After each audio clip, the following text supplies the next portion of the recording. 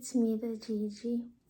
I wanted to make an extra video this week, and this week it's all the videos, I guess memories of both of my hamsters, Kit and Cat. I did this because I have a lot of videos and I thought I would share it with you. It's going to be in portrait mode, so it's not landscape like this. It's going to be this way, unfortunately. I hope you enjoy watching it. It's been 2 years since I had my hamsters or bought them. So today is kind of like their birthday, I guess. We never knew exactly when their birthday was, but we made that day their birthday. You'll see in like the first video, they're together in the cage.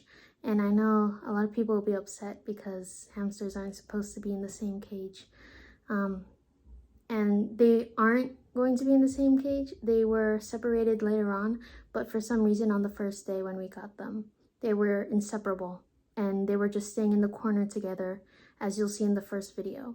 Then later on they got their own area, and yeah, you'll notice Kit is the one that's brown.